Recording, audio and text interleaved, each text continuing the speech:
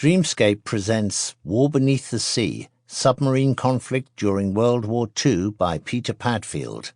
Narrated by Chris Macdonnell.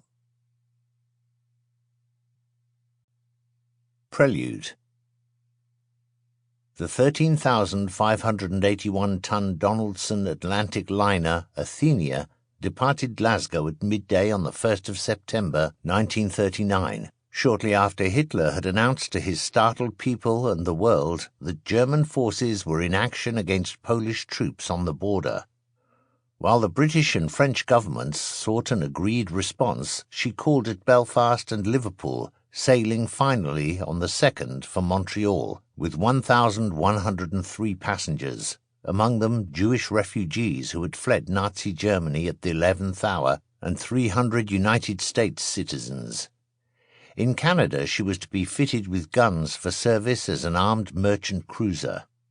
Following Admiralty instructions to avoid normal shipping lanes, after leaving the North Channel between Ireland and the Western Capes of Scotland, she steered well to the north of her usual westerly course across the Atlantic. At 11 the following morning, the 3rd of September, Great Britain honoured her treaty obligation to Poland by declaring war on Germany, and shortly afterwards a message, "Total Germany," went out from the Admiralty to the fleet. The signal was intercepted by the German Radio Intelligence Service, B-Dienst. Within minutes, copies were with the Supreme Commander of the Kriegsmarine, Admiral Erich Raeder, presiding over his morning staff conference at the Seekriegsleitung in Berlin, and the Führer der U-Boote, chief of the U-boat arm, Captain Karl Dönitz, likewise at his morning conference, although at the far less impressive U-boat headquarters in a timber barrack hut at Zengwarden, on the outskirts of Wilhelmshaven. Both were deeply shocked. Hitler had assured Raeder he would isolate the Polish campaign.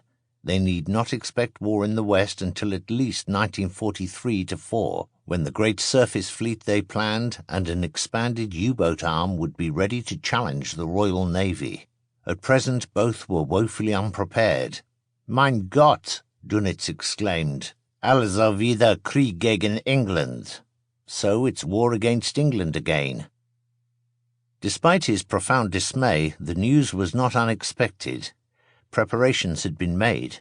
Since the 24th of August, Dönitz's small force of ocean-going U-boats, 21 all told, had sortied and traversed the North Sea in secret. They lay waiting to the west of the British Isles and down the Atlantic coast of Europe. Sample complete. Ready to continue?